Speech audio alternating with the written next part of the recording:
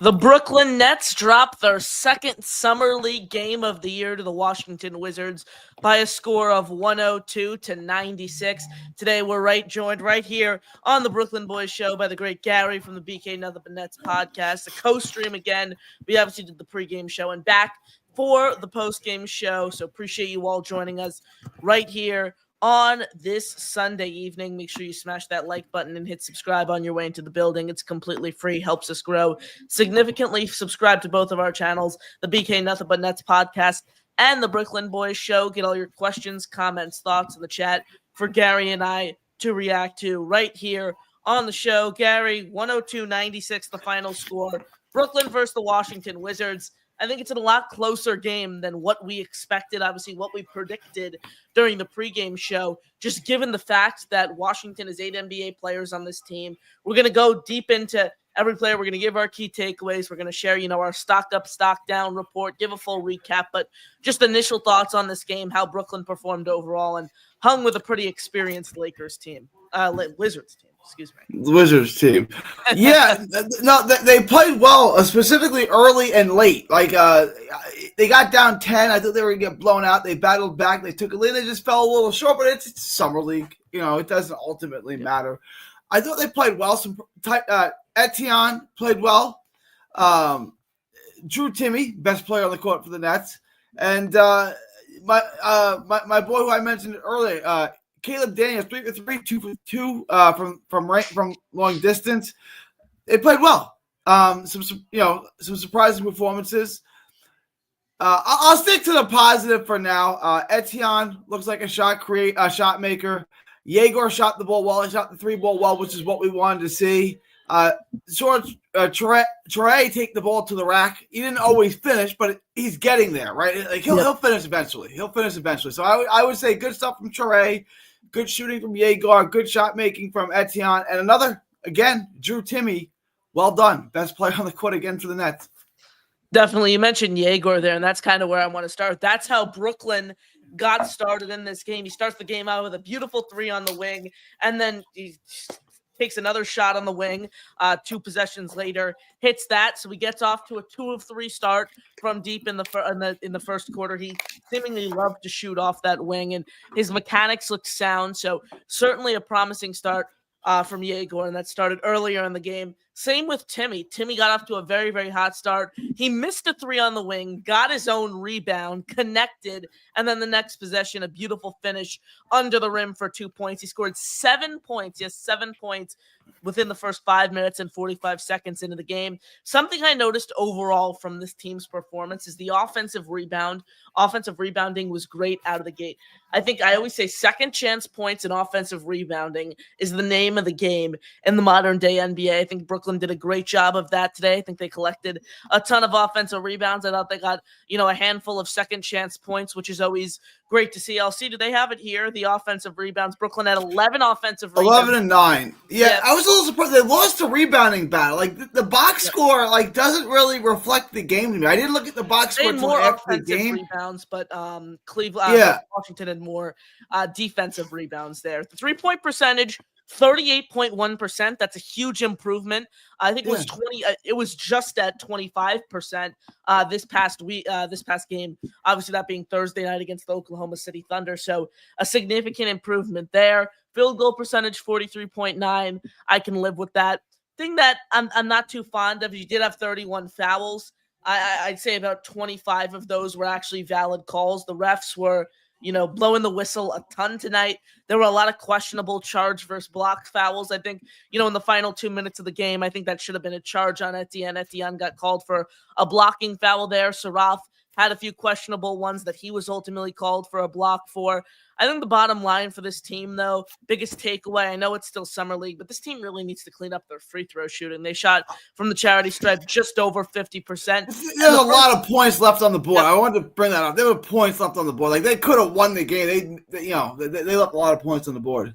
I start with Ben Saraf when it comes to that, though. Ben Saraf got fouled on multiple attempts on multiple occasions tonight. The thing that frustrated me so much, Gary, with Ben Saraf tonight is he had the speed, he had the agility, he had the moves to get to the rim, 9 times out of 10, he was either fouled and he went 1 of 2 from the line, something of that sorts, or he just missed the shot. Like, this is a guy you just need to improve shooting wise, especially finishing. So that's what annoyed me most. I mean, you left so many points on the table, just like you mentioned there with, that poor free throw shooting.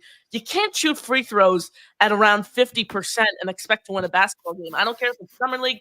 I don't care if it's preseason. I don't care if it's the NBA finals. You have to be better when it comes to the when it comes to the free throws overall. I thought they did a good job from an overall team standpoint of limiting the turnovers. 16 turnovers today.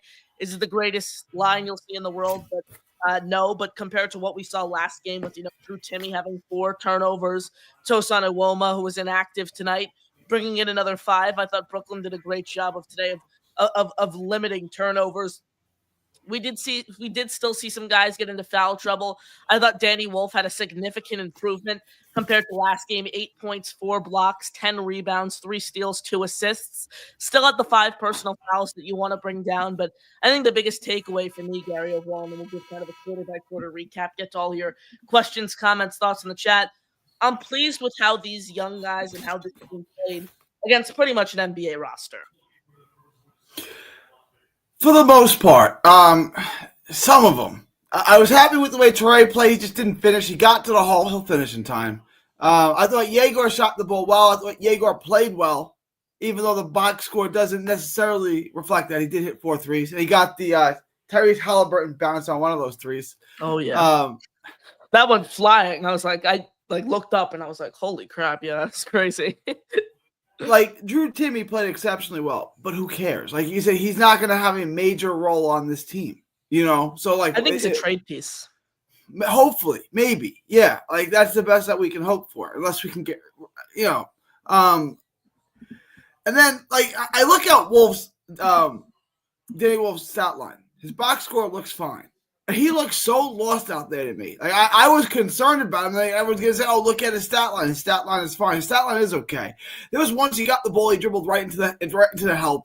Like, he just looks lost out there to me. He does not look like an NBA player to me. He looks completely lost and outmatched out there. And I look at his stat line. His stat line looks like it was like he had a sufficient day. But it's like, what I saw on the court makes me think he's completely lost. And the same with Saraf. Like, Saraf's his stat line is not all that bad. Travel, too. Saraf had a bad travel in the second quarter, too. He took a step before he put the ball down. So, yeah, I mean, when it comes to Danny Wolf, the defense wasn't great, but it was certainly a stride from OKC. I mean, we were texting during the OKC game. He looked like he had 2 left feet defensively the whole game. At least we saw some athleticism today. We saw a few blocks. We saw multiple steals. So, an improvement on the defensive side of the ball. It's just, the people who think Danny Wolf should start on this team for Brooklyn in the regular season, I think it's all talk. I don't think this guy's an NBA-ready player.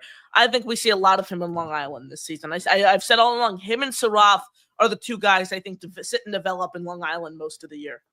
It's a little concerning because Wolf is older, right? Saraf is 19, I think.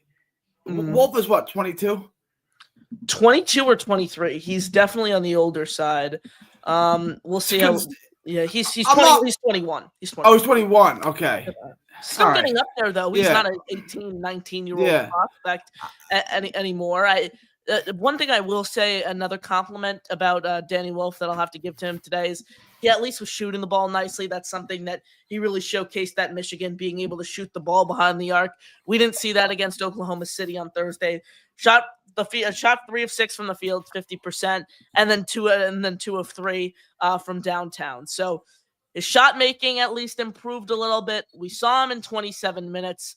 Do I want to play in 27 minutes in the NBA this season for Brooklyn? Absolutely not. The energy was good. I thought for stretches, the defense was really good, especially the switch defense and the perimeter defense. It was really good. What up, Leaf? But they're still shooting way too many. Most of their shots, they took 42 threes and then 82 total shots. So most of their shots were threes again. Now, they hit them at a decent clip, so it's okay. But I just don't think this is like, why do we get all these, creators? Why do we get all these passes if we're just going to launch threes? Tyson Etienne. I love the confidence, but he's launching up threes like he's Dame Lillard in his prime. He's just coming off screens and launching them. It's like, come on, bro, put the ball on the floor, make a basketball move, right? Like just launch a three. He did have a nice pass to Timme, though. I will say he did. He did. Timme put Sarr on a poster. That was a nice bounce pass. I get what you're saying, though. Overall, like I think when it comes to Tyson Etienne, if he can give you anything in Brooklyn, that's the hope. I don't understand giving him a two-way right away. I really, really don't see the thought process there. If he can give you 10 games in Brooklyn with a plus rating in 8 of those 10 games, I think it's a win. I don't expect much out of this guy. I think he spends the majority of the season on Long Island, a summer league piece who, could provide, a nice spark for you. I don't expect much out of Tyson Etienne. As someone, I think both of us, Gary, expected a lot out of tonight after we saw him thrive in minimal minutes. Last game was Grant Nelson, and if I'm being completely honest, I wasn't impressed with what I saw to Nelson whatsoever. He had a nice finish through contact, 2 minutes to play in the first quarter. But other than that, he had a goaltending call. He wasn't playing that great offensively. He kind of looked lost on the defensive side of the ball. What I saw to Grant Nelson doesn't give me, that much promise moving forward. He had 5 fouls, turned the ball over twice. For someone who's a big man and normally just has the ball down low in the paint. Little concerning from what I saw to Grant Nelson tonight.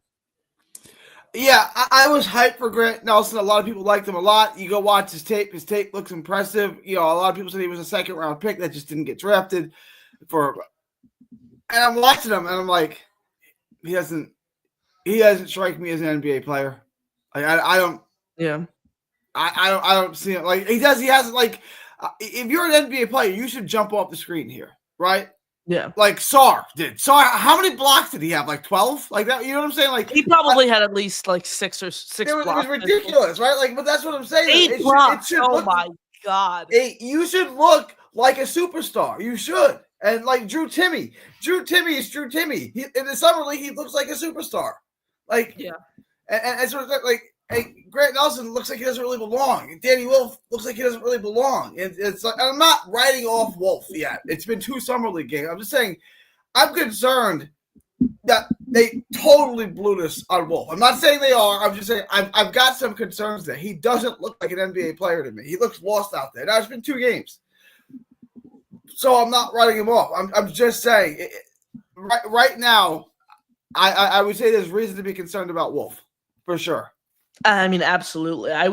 I mentioned this right away after the OKC game. Like he looked out of it defensively. This is why plus minuses can be misleading because if we look at Wolf compared to what we saw on the floor, a -4 rating for the way he played honestly isn't even that poor. So you hope to see something promising in the next 2 summer league games.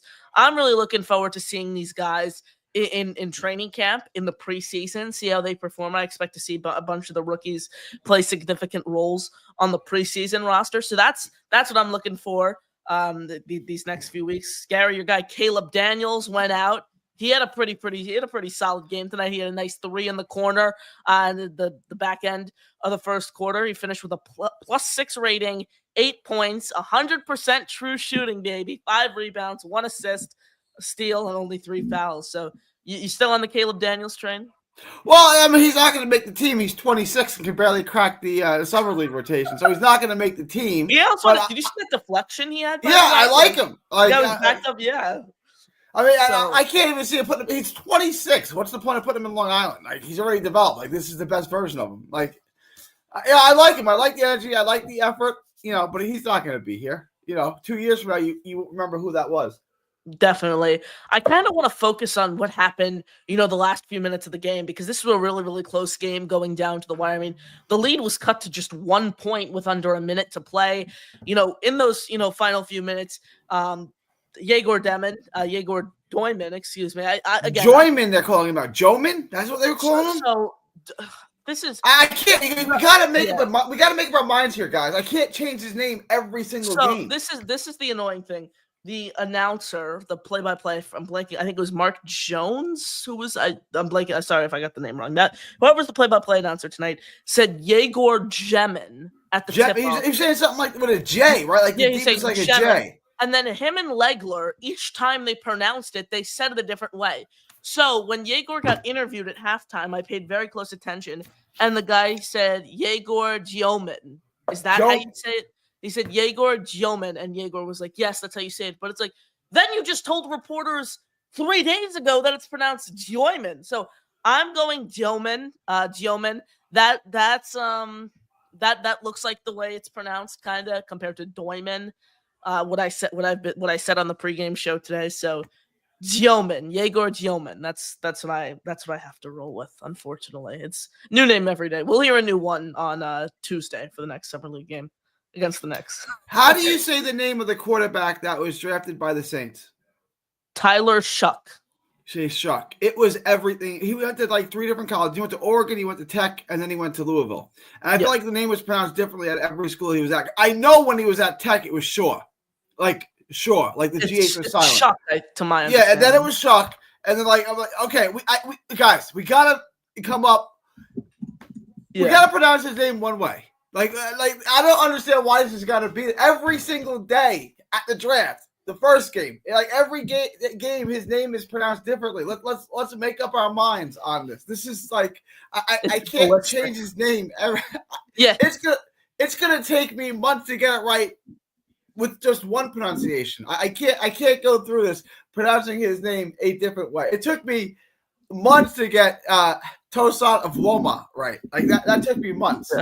I can't have this rotating here. So how are we saying it? Joman? Doman. Yegor Gioman. Doman. Yegor Doman. Yegor Gioman. Dioman. Yeah. Instead of it was Doyman. It was Yegor. See, I'm just this. That's what. Why is it so complicated? Just pick a name and go with it. Like, just tell me what it is. I'll say it that way. But we can't change it They're changing it multiple times a game. I'm not even joking. Every time they mentioned his name today on the broadcast, it was a different. When the guy was reading the starting lineups, it was Yegor Gemin. That was. I heard that for a while. Yeah. Yeah, and then it was kept switching around. It was a mess. The bottom line, though, from Dioman's performance today is he shot the ball pretty well. I think I'll take a 4 of 10 shooting night from downtown any game for a guy who shot the 3 ball at college at an under 30% rate. So I'm pleased with what I saw to him. Again, Saraf remains puzzling to me. Like, I think he needs to. I think he could be a good player if he improves his ball handling and finishing. Like, he has the speed, he has the athleticism, he has the agility. His ball handling isn't great, and he can't finish. That's the problem with Saraf. And I think that's something that Long Island's able to help him with. And I think that's the beauty of kind of having these guys platoon between Long Island and Brooklyn, Gary. Yeah, Saraf's going to need a lot of Brooklyn. I mean, a lot of Long Island. I think Wolf's going to need a lot of Long Island. Like, there were positive things to take away from this game, except, like, most of them aren't going to affect the Nets. Like, Tyson Etienne playing well is irrelevant. Because if he ever puts up those shots in an NBA game, he comes up the court immediately. What the hell are you doing? This is not the playground. Get off the court. You're Tyson Etienne. You don't put shots up like that. Then, like, look, they're playing a little bit more inside out. But they're still just launching up threes too quickly, right? Like, they are attacking the basket a little bit more and then kicking it out than just passing the ball around the perimeter like they did last year. But it's still too many quick threes and too much three-point hunting. Like, this is like, I don't understand why you have all of these playmaking point guard type players just to launch up a bunch of threes 7 seconds into the shot clock. It's like, let's try to get into an offense. Let's try to create an easy shot. What I will say is I want to see more of Traore from downtown. We only saw 2 3-point shots today, and they were with the shot clock expiring and defender highly contested. Like, he was nice on the catch and shoot game on Thursday. I want to see more of him from downtown. I want to see him attack the basket. He's so quick. If they step off of him and they're going to give him the 3, take it. But, like, when they're up on you, I want him to blow past you. He didn't finish at the hole today. All right, whatever. He had a bad day finishing at the hole. I'm not worried about that. He can make layups. I want to see him get to the hole. I want to see him get to the line. I want to see him attack the basket. He's super quick. Like, they're going to have trouble staying in front of him. He could be an impact player because if they have to foul him, then everyone goes to the free throw line. You go over the limit. So just attack the basket, make him foul you, or get an easy layup. Like eventually, over time, he will finish it. He'll finish at the rim. He's not going to keep missing layups. I think Drew Timme, I'm going to go back to Timme. I think Drew Timme's pretty much cemented who he is on this team for the Summer League. Do you think we see a ton of him in the final 2 games? Do you think he starts the next 2 games? They'll start him. I think they'll play him less minutes. I think they'll start with him and close with him in the middle. They'll take him in and out. I wasn't a big fan of the starting lineup today. Like I don't get TJ Bamba getting a start. Like I'd personally rather see Saraf start. Bamba finished with 3 points on awful shooting splits. Like this guy didn't even play for you last game. Why is he starting? Yeah, I didn't understand that. I mean, I didn't. I mean, he's clearly not going to make – unless they see something we don't. Maybe they want to see what he looks like on the court with these guys because they think he's going to be on the roster. I can't see that, but there's got to be some reason why they decided to start it. I don't know. I think it's fair to say Tyrese Samuel, Justin Hamilton, Terry Roberts, and Quincy Olivari can kiss their minuscule chances of cracking this roster goodbye. Yeah, I expected those guys to play prominent minutes tonight. Like I was like, these guys did not suit up for you last game. Someone who was a contributing piece on the Lakers G League affiliate last year. I expect a guy like Quincy Olivari to step up and play big minutes tonight. He didn't do that. Terry Roberts, someone who's been in the organization, spent the whole season on Long Island last year. I expected him to step up. Didn't see that. The only new face that we did see today was Dre Davis, the Ole Miss product. Some defensive prowess, but nothing much offensively. 2 points, 1 of 2 from the field, 0 of 1 from beyond the arc. So I think the Nets pretty much know who they're rolling into the season with. This Summer League obviously isn't as intriguing as last year, where you had multiple players from the Summer League team actually crack the roster. So it's going to be super, super interesting to see how the Nets kind of handle these final 2 Summer League games, given the fact that the guys who I think have long-term plans in Brooklyn, that being the rookies, I think it's going to be really intriguing to kind of see how they've, fit in, how they're utilized over the next few games. And obviously what this team does with Drew Timme, because Drew Timme's, I think, has kind of plateaued when it comes to his, Summer League numbers. So it's going to be interesting over these next 2 Summer League games, Gary. Yeah, I mean, there's good things. Like, it's not like it's all bad, even though they lost. Like, there's good things to take of it. It's just I'm not seeing what I wanted to see out of the 2 first-round draft picks. Jaeger and Traore, I'm content with. Like, I'm satisfied with what I've gotten from them so far. We wanted Jaeger to be more aggressive. We wanted him to handle the ball. We wanted to see him knock down some threes. He did those things, right? I still want him to be more aggressive. I want to see him really run the show. But I was happy with what I saw out of Jaeger. I was happy with what I saw out of Traore. The other 2, Absolutely. Especially Wolf, because he's a little bit older. He's a couple of years older. I'm not thrilled with what I'm seeing with Wolf. Appreciate you all tuning in right here on the show. Connor and Gary with you guys, recapping the Nets versus Wizards Summer League clash. Appreciate you all tuning in again. Smash the like button, hit subscribe. Subscribe to both Gary and our Gary's channel and my channel. Obviously, the BK Nothin But Nets podcast for Gary, and I'm the host of the Brooklyn Boys Show. So smash the like button, hit subscribe for both of us. It really does go a long way. Load up all of your questions, comments, thoughts in the chat. We're certainly going to get to those. But joining us right now, a very special guest, Gary's co-host on the BK Nothin But Nets podcast. You all know him from the Nets Press page on Instagram, the great Dylan of Nets Press, who actually joined me earlier this week on the show. Actually, it was a week from today, Dylan. We did the show together. Yes, sir. Super happy you're able to be back with us. How you doing?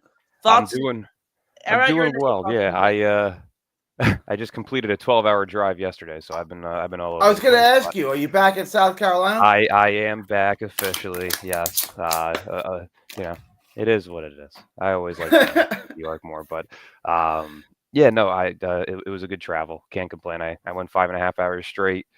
Got gas and went 5 hours and 45 minutes straight after. So I'm a get it done type of person. Did you do the drive solo dolo, or did you have the little lady with you? It was a solo dolo. She actually, her and her family moved down here tomorrow. So okay, yeah, good things happening. But I big boy moves there, Dylan. Yeah, man, I know it's getting to that status. I'm hitting unk status. Let's go.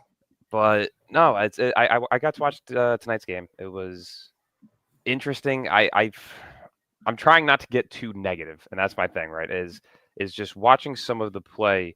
You're seeing flashes of very good NBA players in Yegor and Traore especially, but it's those 2 late picks, the ones that I have said numerous times should have been traded up to move up and grabbing a better talent. That's really starting to frustrate me, which is the low IQ play of Danny Wolf in the post.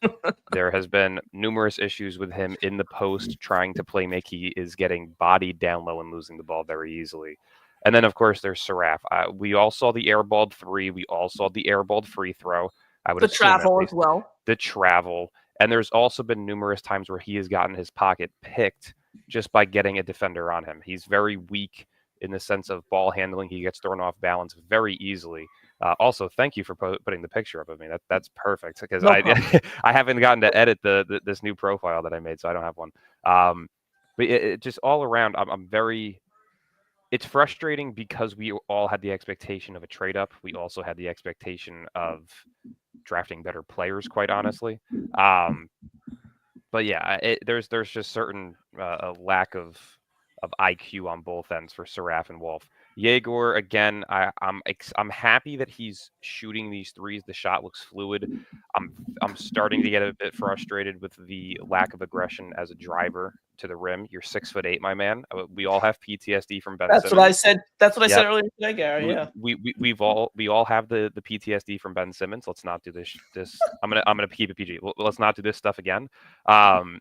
And then Traore, I really don't have any complaints with Traore. He by far looks like the most well-rounded player so far, whether that be his quick speed that he's using to get to the rim and drawing fouls, his playmaking, or his defense. His defense looks incredible. The defense that he played on Trey Johnson was very well. I didn't think it was a foul, but hands went straight up. I know the chest got buffed out a bit, but other than that, I mean, he's been playing great defense as well. So Traore right now looks like the best pick just through the first two games, but Timme's also earned his roster spot. He looks phenomenal so far. He's you want him on the definitely roster, Dylan? I listen. We're rebuilding. We're trying to tank next year. I wouldn't care. I think he's earned his spot as of right now more than a guy like Tyrese Martin or Jalen Wilson. So I think him and Keon are the two. I agree. Yeah, I think him and Keon are the two that stay. Yeah, but the thing is, I don't want Drew Timme taking away from my development of Noah Clowney. Mhm. I don't want Drew Timme taking away, bench minutes from Danny Wolf. And I told Dylan, I don't know if you were listening, but Gary and I discussed this earlier. I think the people who think Danny Wolf has an opportunity to be a starting power forward on this team are absolutely crazy. Yeah. I pointed this out after the first game in OKC. Tonight wasn't great for Wolf, but it was an improvement based on what we saw. It definitely was an improvement. Yeah. OKC, he had 2 left feet on defense. He couldn't move. He looked completely lost. So, at least he had somewhat of a pulse tonight. He gave you some offensive value. He was able to shoot the ball from beyond the arc to some degree. There was some improvement, but again, Danny Wolf hasn't really, stuck out to me. I would rather see, a Quincy Olivari maybe next game take some of those minutes away from Danny Wolf, see what he does. Maybe you give Danny Wolf 20 minutes, you spread those remaining 7 minutes out to some of the guys we haven't seen this whole summer league. But I think as of right now, you have to put Wolf and Saraf in the G League. They need some form of development that's before touching an NBA court because there's clear signs of immaturities to their game that aren't NBA ready yet, right? Like Traore has the upside to be something. You put him in those situations right away to where he can make the mistakes. He'll adjust to that. Same with Demon. But Wolf and Saraf, those two are levels behind some of the rest of the talent that we have. So they need to be utilized in the G League, I think. But yeah, it's just very frustrating, especially for Yegor, because I'm a big Yegor guy, and seeing the threes is definitely of interest. I'm glad to see that he doesn't look like a non-floor spacer, but the efficiencies and the lack of driving to the rim is definitely starting to scare me a bit. So we got 2 more games. Hopefully he showcases something. So I got 2 questions for Dylan in regards. I may to have that. 2 answers. First, as far as Yegor, how much of that is just confidence? Like, these are his first 2 summer league games. Like, how much of it is just confidence and knowing that he can do it and then committing to it And that's the first question. The second question is for Wolf, and we both agree that all of us agree that he should probably go to Long Island. How much of a concern is that? He's 21, almost 22 years old. How much of a concern is that he should be more developed at this stage? He's not 19. He's not 18. He's a little bit older. How much of a concern is that he's not close to NBA ready? Well, I'm terribly I'm bad mentally at remembering things. I got short-term memory. So I'm going to answer your first one, and then I'm going to ask you for your other first one. Before. Okay. But to the Danny Wolf point, yeah, it's very concerning to me. You had guys on the board who, to me, again, are better players. I think there was a player at every spot that the Nets took a pick that was better than who we actually took. Will Riley was another example of that tonight. I had him projected, with our pick at 19 or 22, and he looked incredible tonight. It's frustrating, but yeah, Wolf at 21, is it a concern that he may have to spend time in the G League to develop something that he did, for 3 years in college? 100%. I think that is a horrible look for a player of his age to look weak physically in a league like the Summer League, where he's one of the older players there. And then what was your first question? Because about Yegor, the lack of aggression. Yeah. Is it just a confidence thing? Well, I mean, just I don't know. It's a confidence thing. To me, it seems like they're wanting him to shoot just to get him comfortable with that. But it also just seems he's physically not all there. Like he's very skinny. He's not NBA body ready. That's visible. So I don't know if it's just him getting thrown off balance too easily and pushing back out to the perimeter. If it's maybe he doesn't have the first step to beat out defenders right away, which is weird because we saw it at BYU at times. But yeah, it's very strange to see him being utilized as almost a just dribble and shoot guy. It's not what we saw at BYU from him, at least in the 6 or 7 games that I watched of him this year. So it's definitely a bit of a concern for me. I'm hoping to see something, because I was watching the few games that I got to watch of him this year. He was throwing down dunks. He was shooting mid range. He was hitting floaters. Like, these are all aspects to his game that we thought he had, with the 3-point shot being the question mark. But now it's starting to get to that point where we're 2 games in and we have not seen any form of aggression going to the basket. It's strange for sure. Yeah, I always say Yegor Demon. I spoke about this on the pregame show, obviously, with Gary. This guy's 6'8". I want to see him get down low. I want to see him get in the post. I want to see his shiftiness as a guard. I want to see him dish out some nice passes down low. I think we haven't really seen that. I think we've seen him kind of tread more towards playing that wing role. We saw him hit some nice threes on the wing. Mm-hmm. I was very, very pleased with the way he shot the ball. If you take away that last-second chuck up he had at the end of the game to get it off before time expired, he shot the 3 ball at a 44.4% clip tonight. No. So he was really, really solid beyond the arc. I just want to see him get involved down low, see how he plays in the post. That's what I want to see overall out of Yegor. Dylan, what I want to throw to you now is the TJ Bamba. I know you were big on him. Do you think it made sense for him to start tonight? In a sense, yes, only because we haven't really gotten to see much of him. And the fit between Demon and Traore was definitely questionable in the first game. It seemed that Demon wasn't really provided the opportunities to, space the floor, to get to the rim, to play make. And as a result, we saw him put up 12, 4, and 4 tonight, which is an improvement from last game. So I didn't mind the switch for Traore to the bench and Bamba as a starter, though Bamba didn't really necessarily perform well either. 1 of 6 from the field, 1 of 3 from 3, just 3 points, 4 rebounds, 2 assists. So it was an interesting move, but I think that they're going to just try and mess around with some of these rotations. I'm assuming Saraf is going to get a start at some point to just to see how he can do next to a guy like Demon. So it'll be interesting to see how these last 2 games go. But it's flying by, so hopefully we see something of one of these guys that gets us a bit excited for the regular season.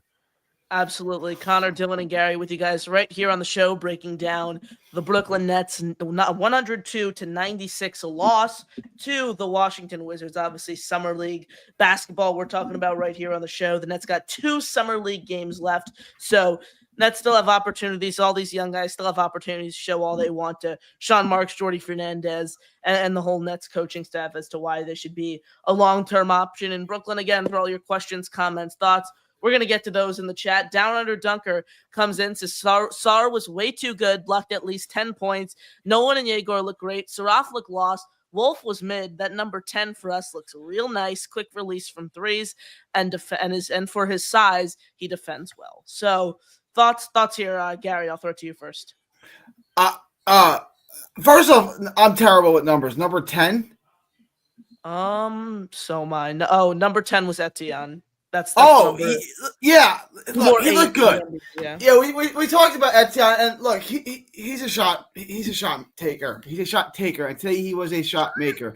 And the shots are good. Like, they went in, he got cooking for a while. Listen, if he takes those shots for the Brooklyn Nets, he goes immediately to the bench. You're not prime Lillard. You don't just pull up and start launching threes like that 7 seconds into the shot clock. It's a terrible shot. I don't care if it goes in. Like, you're not Dame Lillard. Don't do that. But he was hitting shots today. Like, I mean, he's aggressive. I love the confidence, but like, where his synergy would look ridiculous. Like, that was wild what he was doing. Some of the shots he was putting up today. It was just like catch and shoot. It was like Papa shot for Tyson Etienne tonight. Dylan, thoughts? Yeah, it was. I mean, Sar was killing us. He finished with 8 blocks? Yeah, that was. Yeah. It was tough, but yeah, I think, like I said, I'm expecting a bit more, of course, just because this is the first year that we're really being able to, visually study young talent. You're seeing a lot of these other teams with picks similar to our range, where you got a guy or two going off and they look great, and we kind of haven't seen that yet from any of ours. Overall, it was like I said before, I think it was a lot of similar issues that we saw today from what we saw in game 1, right? Yegor's lack of aggression driving to the rim, the inefficiency, the shot chucking from 3, with Traore really not seeing any signs of floor spacing much, but overall just a well-rounded player, whether it be defensive, playmaking, quick first step, getting to the rim and drawing fouls. I think that he's doing very well. And then, like you said, Wolf, Saraf, they looked lost and very mediocre at best. So, it's going to be interesting. I'm hoping to see one of those games from Traore and Yegor to kind of get us excited and confident in some of these picks. I will say, though, Dylan, I got a little excited tonight from what I saw to Yegor. Like, not overall, but when it comes to shot making, it was. Yeah, I'm definitely starting to see a bit of like Franz Wagner in him, where he's willing to take that 3 and space the floor. But again, Wagner has that ability to drive to the rim and shoot a mid-range as well. So that's kind of, I don't want to see him turn into like a lesser Halliburton, where he can't really do much besides shoot threes. And if he's not shooting threes well, he's looking horrible, right? We've seen it numerous times with Halliburton over the past 2 years, where he can easily give you 25, but on nights where he's shooting, 1 of 10 from 3, he's giving you 12 or less. And I don't want to see Yegor get put in that position where they don't, confidently utilize his development in the mid-range game and as a, drive to the rim type of guy. So at 6'9", there's really no excuse. Pack that muscle in, pause, but you know what I mean? Pack on muscle, and get to the rim. You're too tall to just be sitting down on the perimeter. Ben Saraf, so far the worst pick in the draft. We all thought it was a horrible pick, as he's a guard, but he so far hasn't shown us any skill that has him as a top 30 pick. The guy, from what we've heard, CJ Holmes, the reporting done by CJ Holmes, is the Nets really liked him because of the experience he has. This guy looks like a fish out of water. If you told me that he played in the Israeli national team, I can't even fathom the fact that he was on that team. He's just such a raw player when it comes to finishing, when it comes to ball handling, when it comes to overall instincts. I think Ben Saraf is a very, very raw player. And, could Long Island really help him? Yes, because Long Island over the past few years has helped really develop raw basketball players. But, I mean, Gary, this guy is as raw as it gets. I wanted to ask because Nate just sent me a text. I think it's interesting. He's saying people are lost on Saraf and Wolf. Specifically on Saraf, though. Summer League is not built for guys like that whatsoever. They need to play in a system. I think that's fair. It especially is. Wolf just looks lost to me. Wolf looks like he's a fish out of water. Yeah. Saraf, I agree with. His finishing hasn't been great, though. That's the thing. I was going to say, and the amount of times that I saw him lose the ball, whether it be just the travels, dribbling it up himself, or as soon as he takes on the first bit of contact, he's not the primary ball handler. And like you said, Connor, I have no clue how he was on the Israeli national team either. He looks like he hasn't dribbled a basketball ever. It's been very strange on his end, but hopefully he is just a raw prospect and he needs to shake off some rust, even though he was just playing 3 weeks before. Not even, he was playing the day after he got drafted, so it's not like he hasn't played basketball recently like some of these college guys. But we'll see. The Saraf pick from the start I was not a fan of. Everybody knows that. I thought that was just a stupid pick, and that's not a knock on the player. That's a knock on our good old friend Sean Marks for drafting 3 guards in a year that we needed to take some really high upside prospects and also some key positional fits as well. But it still blows my mind that you take him over Rasheer Fleming. That's going to haunt me for a very long time. Absolutely. Did you see my boy Austin Noel absolutely cooked today? By the way, he did look good. But where did he get taken? He was what, 23rd to Atlanta? He was taken right after Drake Powell, so 23rd. Yeah. Yeah. Like I'm sorry, but you're telling me there was a world that you could have walked away with Will Riley at 19, Traore at 22, and then Powell and Fleming at 26 and 27. Like that pisses me off. Like the fact that I could probably draft better than a guy who gets paid millions of dollars to manage a basketball team really upsets me. It is very upsetting because Sean Marks, this is what I said last year to Gary, the cat who has 9 lives, he'll never get fired. Sean Marks, he will never get fired. Jonathan says Connor and Gary, Yegor Demon. Again, I forgot the last name. Yegor Tioman. That's the way they said it because it was Yegor Doin and it was the Yegor Tioman. That's the way we're saying it now. Has taken on a leadership role and made strides from 3, but his interior offensive game needs to come out, especially being aggressive. Dylan, how does he project on this team? Do you expect him to be, the starting point guard come game 1 of the regular season? Is he just a facilitator? Is he a wing guy? How does he fit in for Brooklyn during the regular season? Oh, Dylan, we got you. Did we lose Dylan? It looks like he's muted, so he might be doing something right now. Gary, thoughts there?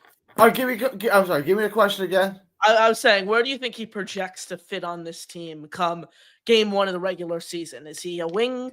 Is he a facilitator? Where does 3 Gore sit?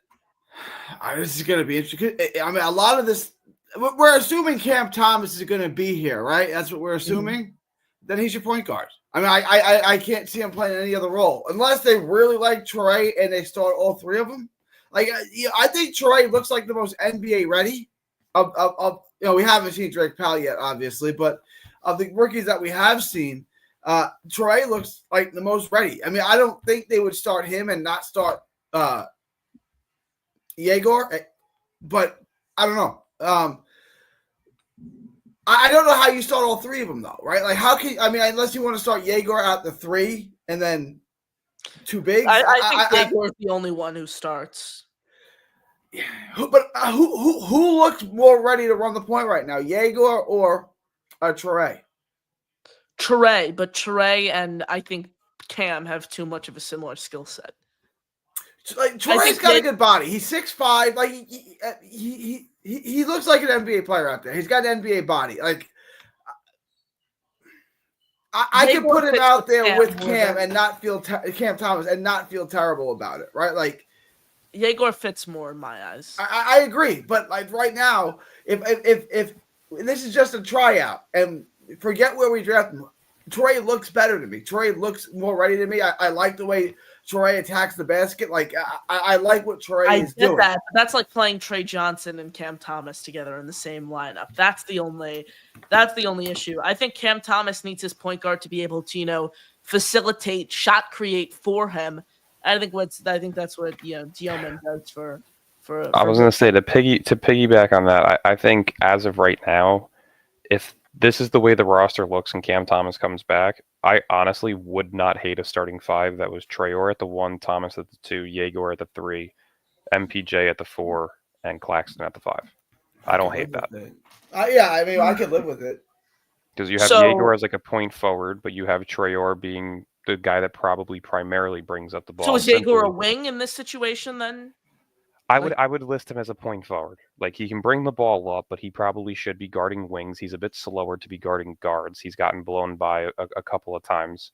Traore, though, has the quick first step as a point guard to where he can get to the basket and create as a playmaker or a finisher at the rim. So if Jaegor's shot is looking the way that it's looking, yeah, I would almost prefer him to start playing in that wing spot and being more of like a point forward, where if you want to slow the pace of the game down and set up an offense, you have him bring it up. But if you want to go into a pick and roll where you can have Traore come off the pick and set up a guy in the corner or on the wing to shoot to take a shot, then I don't mind that either. But I definitely want to see heavy minutes for Traore and Jaeger this season, whether that be starters or 6 men off the bench, whatever it may be. But one of them definitely has to start.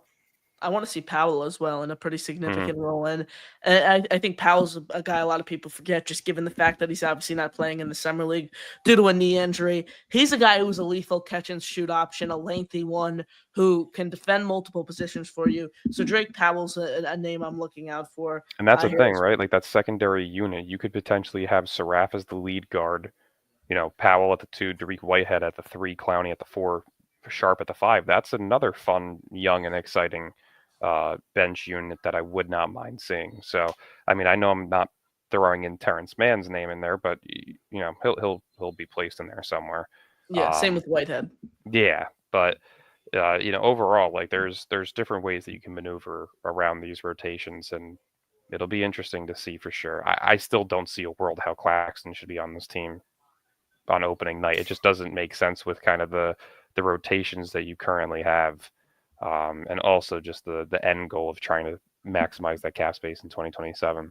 But I'm not going to get too much into that. I know you got more questions that we're probably going to answer here.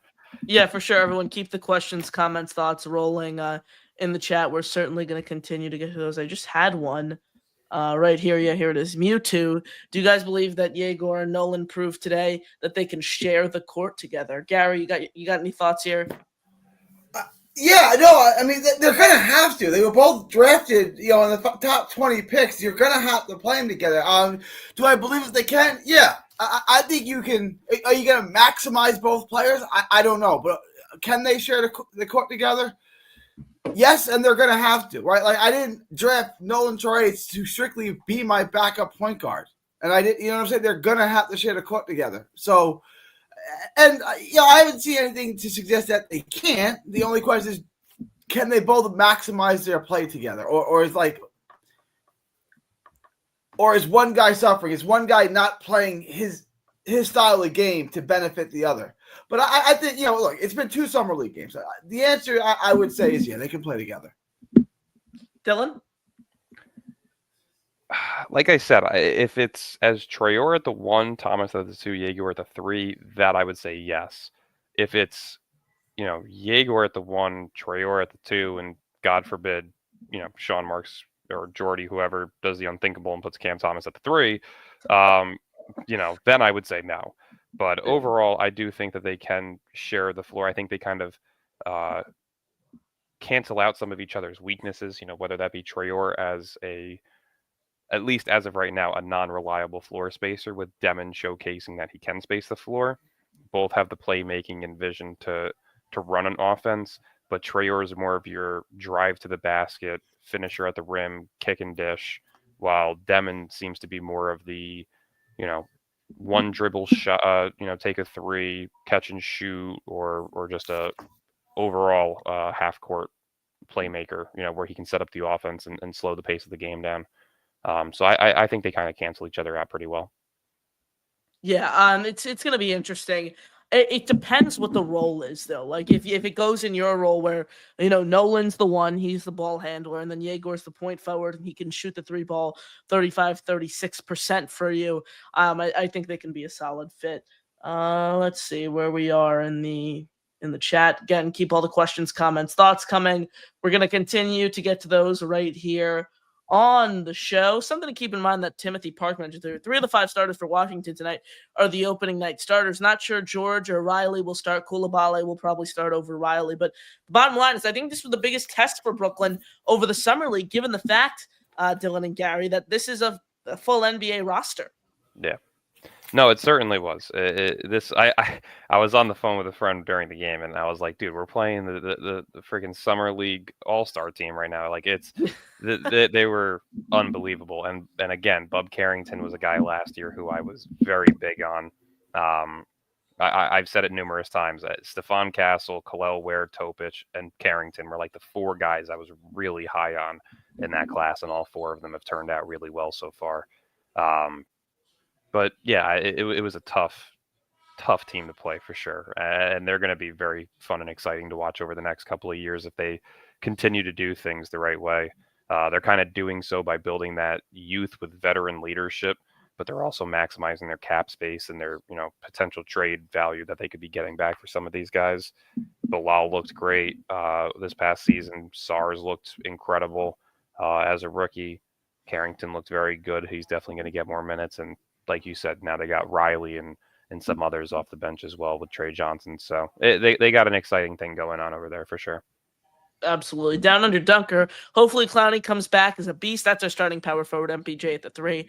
Gary, I know you're a big Clowney fan, so I want to gauge your thoughts here on this comment from Down Under Dunker. Yeah, ideally, I think you want Clowney to be your starting 4. I mean, we've got a bunch of different lineups we can go with. I always like the way these guys fit together. I think Michael MPJ at the 3 and Clowney at the 4 is ideal. And if we could get a 5 who could shoot 2, a stretch 5, I mean, now you're banging on all cylinders. I like this idea. This is ideally what I would like to go with. I don't know if this is what we're going to go with day 1, but I think if everyone kind of reaches their potential, Clowney at the 4 and Michael Porter Jr. at the 3 could be a good thing for a long time. Yeah, absolutely. I don't know if I want Clowney to start though right away with no summer league, depending on how he plays in the preseason. Gary, would you prefer? I'll throw this out. Would you prefer this? Yegor, Cam, MPJ, Clowney, and Claxton, or would you prefer Traore, Cam, Yegor, and then MPJ and Claxton? It depends what I'm trying to do here. Am I trying to develop Traore and Yegor, or am I trying to win games immediately? If I'm trying to win games immediately, I think Clowney is more right. And Clowney, day 1, is going to help you win more games than Traore is. Long term, if my goal is I want to turn Traore into my starting point guard, give him the ball. You know what I'm saying? Like, what's my goal? Do I want to win games today? Then I'm gonna start and close with Clowney. If I look at Traore and say this is my point guard of the future, this is the guy I want running the point, then I would say give him the ball. Like throw him in the ocean and let him sink or swim. Absolutely. Player 1 says Danny Wolf is a worse Jay Huff. Jesus, wow. Where was Jay Huff? Was he in Memphis last year? He was in Memphis last year, yeah. He's like, if Danny Wolf amounts to being Jay Huff, I will be one irate Nets fan for sure. Like you use a 27th overall pick on a guy like that. Yeah, I was gonna say, like, I'm starting to see comments too. Like I didn't even throw in Terrence Mann or Zaire when I was talking about my 10-man rotation. Like there has to be a trade. There's too many guys that need minutes on this team. Like, and now we're talking about Timme as well being a Derek needs minutes this year. Are you going to play your youth, or are you going to send 3 of these guys down to the G League? Like, it's a really bad look. You got to figure something out. Yeah, there was no thought. Like it's just like they just threw stuff out the wall with this roster. There's no rhyme or reason to this roster, and like I said before this draft started, we had to fire Sean Marks. I don't want to get into Sean Marks, but like, there's no rhyme or Guy reason. does not deserve a job. I'll roster pull makes up the sense. roster right here on the screen. Let's see, to kind of just break down how many moving pieces there truly are on this team, how many different types of players there truly are. Obviously, Killian. We gotta let's drop out of this layout. Find a way. Perfect. There we go. We'll get the comment off there as well. So this is the roster, right? I see Claxton, Clowney, Yegor, Etienne on the two-way, Awoma on the two-way. Hayes is no longer here. Keon Johnson, Terrence Mann, Tyrese Martin, DeAnthony Melton no longer here. MPJ, Powell, Saraf, Sharp, Cam Thomas, Timme competing now for a spot. Traore, Whitehead, Zaire, Wilson, Wolf. Like so many different guys. 1, 3, 3. 3, 5, 7, 9, 11, 13, 15, 17. You're looking at 19 guys who could all be on your roster this. Like it's insane. And it's a really bad luck. Like it's either they're trying to set themselves up for a bigger trade, or they have no clue what they're doing. And I'm going to side with the side of I don't think they know the latter, because it's Sean Marks. Who are they trading though? That's the thing. Like you said it. Like who is valuable here? Yeah, that's exactly what I'm saying. Like, are you packaging Claxton with Martin and Jalen Wilson to get like a guy making $30 million on a 2-year deal? Like, what are we doing? And that's what's so strange is we have no clue what we're doing. When you got to the draft, right, and you said, I heard that Marks may pick 5 times, I laughed. I was like, yeah, imagine that. Yeah. Yeah, imagine that. Like all the reports, Bobby Marks, Tim Legler, it's borderline impossible for the Nets to make 5 draft picks. Even Brian Lewis. Yeah. Everyone. Because it's not logical. Like, yeah. I don't want my blood to start fucking rising because of this. Sorry, I know I said I was going to keep it PJ. Yeah, like this guy doesn't deserve a job. I can't emphasize it enough. There's not a single excuse that is providable nor evident that shows that this guy deserves a job on an NBA basketball team. He doesn't deserve a job on a Division III team in college. He does not deserve it. He has done every impossible that you could think of, whether it be trading away insane packages for guys that you trade away a year later, trading for injured players, letting go of good role players for your buddies, paying guys excessive amounts of money that don't deserve it, drafting 5 draft picks when you need to hit on, 2 or 3 really good ones. It's just, it's malpractice from top to bottom. Oh yeah, it's an absolute joke. And again, this all stems from drafting 5 guys, 5 of which who can't play together. I'm wondering here. I look back to the draft class just a few years ago, the 2023 draft. If you guys had to give a grade, I'll go to Gary first here. Gary, if you had to leave a grade on that draft class with Jalen Wilson as your 2nd-round pick, Noah Clowney and Dariq Whitehead back-to-back today, what would you grade that? It's not good right now, right? And I don't think this is fair. I'll give it a D. It's like Jalen Wilson's 2nd-round pick. I don't care. Like, he didn't miss. Okay, the 2nd-round pick didn't hit. It's like drafting a quarterback in the 7th round and saying it didn't work out. Yeah, no crap, it didn't work out. They never do, right? Clowney's been okay. I'll give that pick a B-. Dariq Whitehead, who I don't even hate. He hasn't played. How can you give that a passing grade? He hasn't done anything. If he doesn't play this year, you have to just move on. Like I'll give it a D. I'll give the draft class a D. I'd put it in the C-D range. With like this year, I think that can elevate to a B, a B+. Like these guys have talent. They need to stay healthy. They need to be on the floor. Dylan, I know you're a Duke fan, and Dariq Whitehead, obviously product of Duke. Thoughts on that draft class as of now? You got Dylan there? He's muted. Dylan's muted. Yeah, Dylan's handling something there. Again, we're going to wrap up here soon, though, guys, to get your final question, comments, thoughts right here in the chat. We'll rapid fire through the final ones here. Player 1, we took Wolf over Maxine Rayon. Yeah, I was big on him from Stanford, but again, you hope Danny Wolf works out. It's not looking promising out of the gate, but again, at the same time, it's summer league. We were, and myself included, obsessing about Jalen Wilson at this time last year, and Jalen Wilson might not even be on the team. So it's still summer league. We still got to take it all with a grain of salt, 1,000%. Jason Etienne thinks he's Steph Curry out there launching threes. Like I said, it was like Papa shot. Every time he got the ball, he had to shoot it. It was not pretty from Tyson Etienne when it came to shot selection tonight. All right, let's see where we're on the chat. Nate says if Yegor can shoot, he can play with anyone. This is an interesting take here, and I agree with it because he could assist, he can play make for you, and also he can give you, he could be a wing option for you if he can shoot, Dylan. Yeah, I agree. I think he can. I think he can definitely be a wing option. Again, I looked at him as like a Josh Giddey kind of player. I'm starting to see a little bit of Franz Wagner as well. If he can turn into one of those, I don't hate it. Realistically, is it 8th pick worthy? Maybe, because the 8th pick historically hasn't been great either. I don't think it's been an all-star player since like 1989. Yep. So again, odds are against us thanks to Sean Marks. But we'll see. I'm trying not to get my hopes up because every time I do, I get thrown to the floor and jumped by about 10 different imaginary people.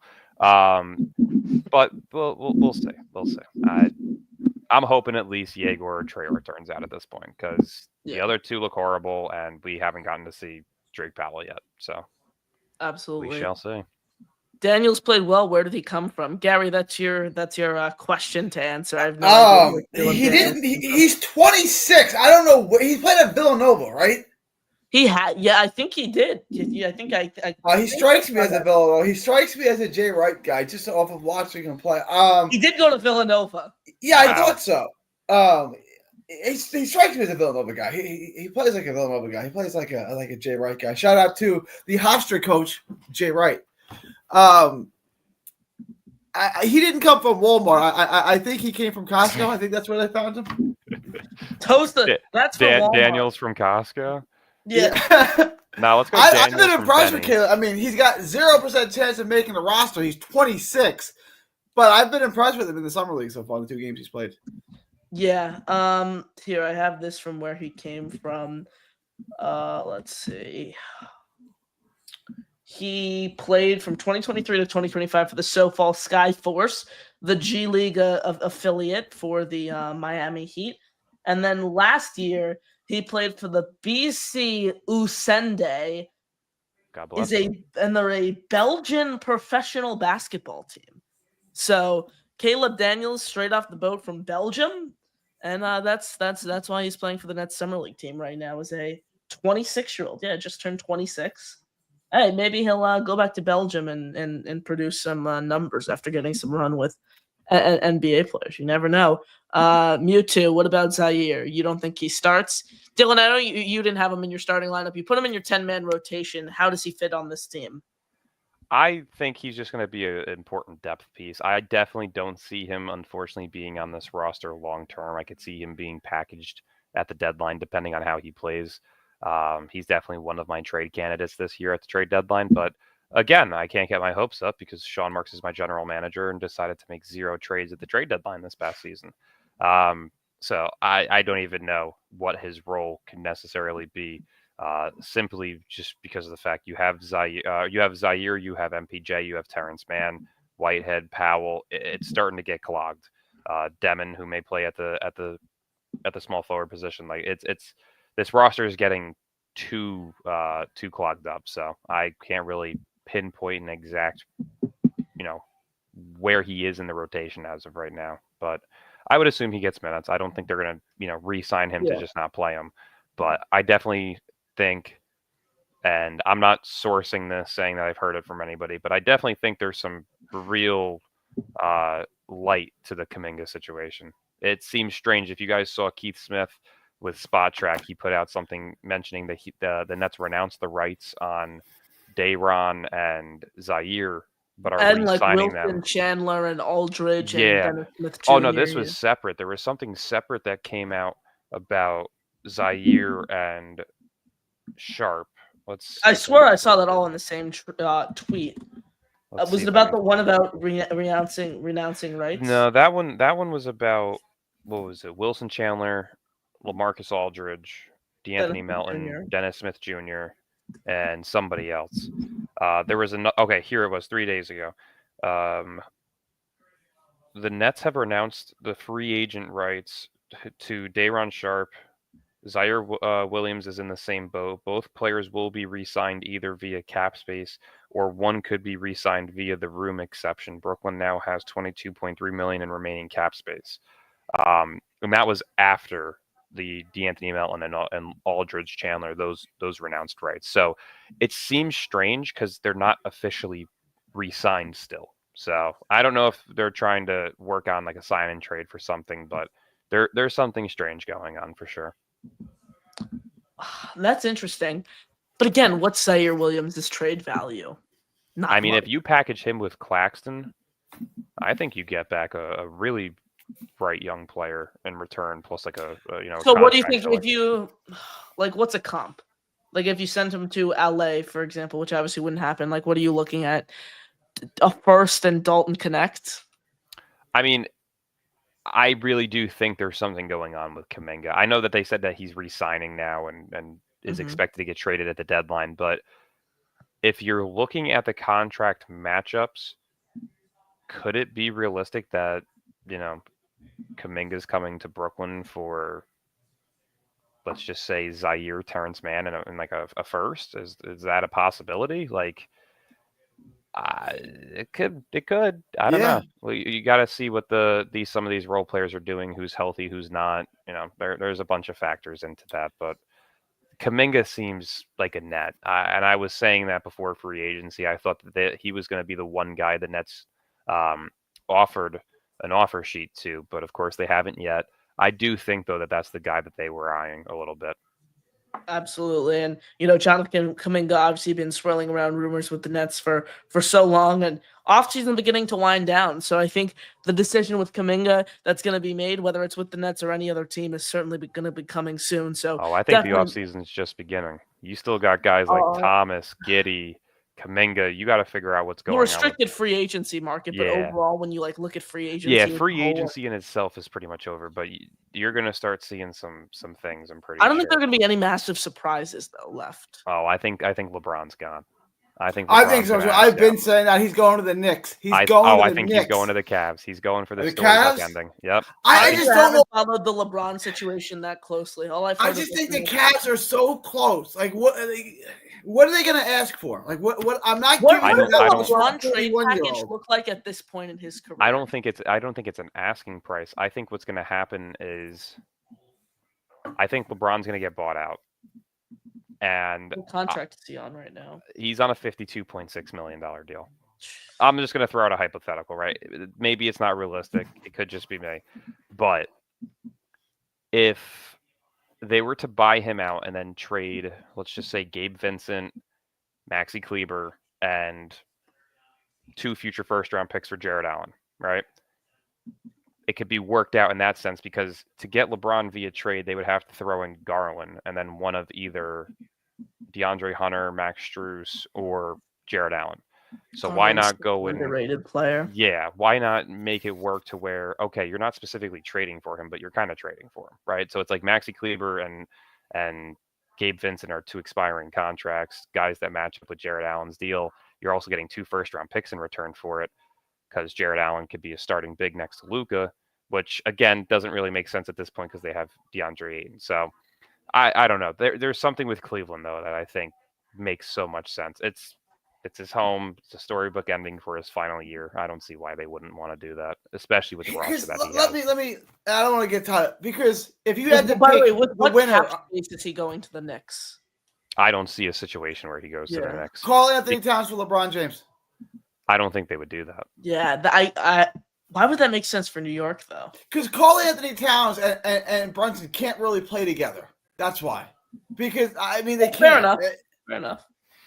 Yeah, but at that point, you're going to put out Mitch Robinson as your starting 5. Mitch Robinson, if he can stay healthy, and that's the biggest thing, right?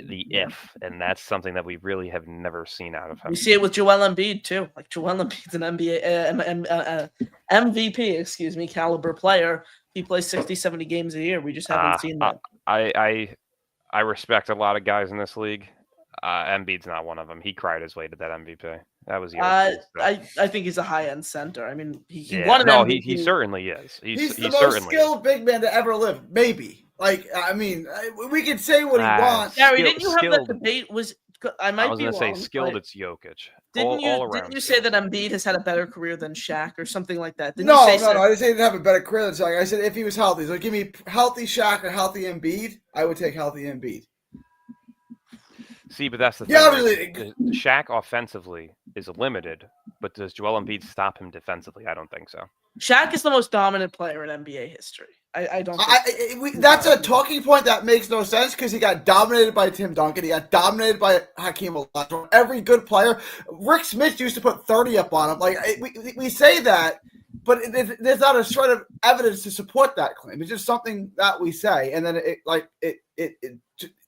caught fire, and people just kept repeating it. It's like, I mean, the guy's over 7 foot. The guy's over 300 pounds. He's so physical in the paint. You know, he's Andre Drummond. I look at Shaq. What did Shaq do to you? He's not good. He got he's not good. Okay, he's better than Hakeem. Okay, he's not. He's obviously very good. I don't want to get into this. I mean, he's a top 8 player of all time in my mind. I don't put him. I don't put him in the top 30, top 40. Oh, no, that's blasphemy. That's crazy.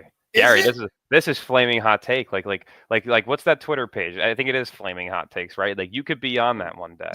What was he? Was he in like an 8-time MVP, something like that? What was one time MVP? Duncan lost to Phil Jackson 4-5. Okay, fine. Like I'm pretty sure Shaq has a scoring title, right? I think so. Yeah, he has a scoring title or two. He has an MVP. Did he ever win Depoy? No, because he's one of the worst defensive bigs I'd ever seen. Everyone would dominate him. Second in voting the year. Okay, so he was a borderline. Shaquille O'Neal was second in voting in Defensive Player of the Year. Yeah, the year that he won. He can't guard anybody. Like everyone put up 30 on him. Like go Robinson, Ewing, Olajuwon would cook him. Duncan would cook him. He couldn't guard anybody. Like that is wild. He had 2 scoring titles. Yeah, 23.7 points per game. He averaged a double-double throughout his whole career. 23.7 points per game was his scoring title year? No.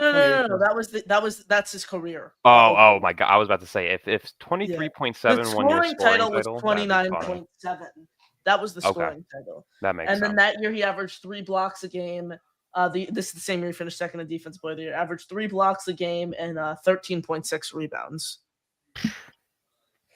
Okay, here's the position. If Tim Duncan played with Kobe Bryant, that team never loses a game. So if Shaq is better than Duncan, how come he held Kobe I don't back? think anybody says Shaq's better than Duncan. You just said he was a top 8 player of all time. Yeah, and I have Tim Duncan as a top 8 player of all time. How many guys are in your top 8? All right, let's see. Oh, Jesus, you put me on the spot. LeBron, MJ, Kobe, Magic, Steph, Duncan, Shaq, probably Bird. That'd probably be my top 8. Shaq is better than Joker. So do you think Curry's the best point guard of all time, Dylan? I never wanted to say it, and I was a big Kyrie guy at the time, so I was always big on the rivalry between him and Curry. I would never admit it. After the 4th title though against Boston, yeah, I think so. I think Curry's the better. I would say LeBron is the greatest point guard of all time, and Steph is the top 3 shooting guard of all time. I mean, that's one way to look at it. I think if LeBron's the greatest point guard of all time. I don't care what he's listed as. LeBron's the greatest point guard of all time. The greatest player of all time. I don't. What do we mean by greatest? Right? He is the most physically unstoppable player for an entire career. Then what does dominant mean? Because we just said Shaq was the. I'm not even going to argue. Talk about dominant. Shaq literally forced the NBA to change multiple rules. That is also true. So did Charles Barkley and Mark Jackson. What does that mean? Yeah, but those aren't real fundamental rules when it comes to playing. No, they weren't. Mark Jackson used to take you from half court and back you all the way down, and then that's when they added the 3-second rule. They changed the rule for Mark Jackson and Charles Barkley. It did. But Shaq changed very, very significant rules in the NBA that completely shifted the way the game was played. Hack-a-Shaq. Hack-a-Shack, multiple different, the 3-second violation that was, ultimately induced in the paint that we see a big role play nowadays, the new zone defensive rule changes. So, yeah, Shaq undoubtedly played a huge role on, changing those in the chat are, I just saw it. yeah, what Down Igor under Devon's with the top point guard of all time? Get with the program. Gary, are you on track? Gary, have you induced this is the same thing I say about Derek Jeter's most overrated baseball player of all time, which is obviously true. It's obviously true. You got a Yankees fan in there and best It's obviously true. Get out of here. Who's better at basketball, Shaquille O'Neal or Kevin Garnett? Shaquille O'Neal. It's not. Kevin Garnett is better at every single thing except for the post, and he was still a great post player. No, Shaq's better. That is wild. If Kevin Garnett played with if Kobe Bryant, they win 10 championships. Yeah, but you could make that excuse for anybody. Like realistically, because they're all better than Shaq. No. Shaq was the number one option on a championship team. Kevin Garnett was never a Finals MVP. I don't care about but tell me what they do on a court. Winning a Finals MVP doesn't tell me anything about how you play basketball. Let me easily say this, right? If you were to put another number one option next to Kobe, of course they're still going to win championships. No, they win more. They win more. I don't. Shaq cost Kobe rings. Can you pull up Awesome LA's comment real quick? This is by far the best comment I have ever seen in a chat before in my life. Which one is it? Awesome LA, you're a genius. I absolutely love it. It says Jeter is God. Shut your mouth. That's incredible. That's an A+ comment, my man. Can you be a Hall of Famer and still be overrated? Yes, Shaquille O'Neal and Derek Jeter. They're both Hall of Famers. Derek Jeter has more rings than your entire franchise. So, Gary, I have a question for you. So, what is that? So does Bernie Williams. So is Bernie Williams the greatest baseball player of all time? Bernie Williams is probably a top 5 player in Mets history if you ever played for him. Okay, he's not in the Hall of Fame? I'm a Mets fan, too. I do have to laugh at that. Gary, when Francisco Lindor retires, who will go down as a better shortstop? Who will be better or who will be remembered as better? That's two different questions. Who will be better? It's Lindor. Derek Jeter. Lindor is a top 5 player in baseball. Jeter was never a top 5 player in baseball. I mean, he was never the best player on his own team. He was never the best shortstop in baseball. He was none of these things. Derek Jeter is arguably one of the most consistent hitters of all time. This is what I'm saying. The man batted 280 or higher in almost every season. It's wild. Lindor, I like Lindor's power more. I like his speed more than Jeter. I think the defensive prowess that he shows, his agility, his versatility to move across the whole middle infield, I think is something that's really intriguing.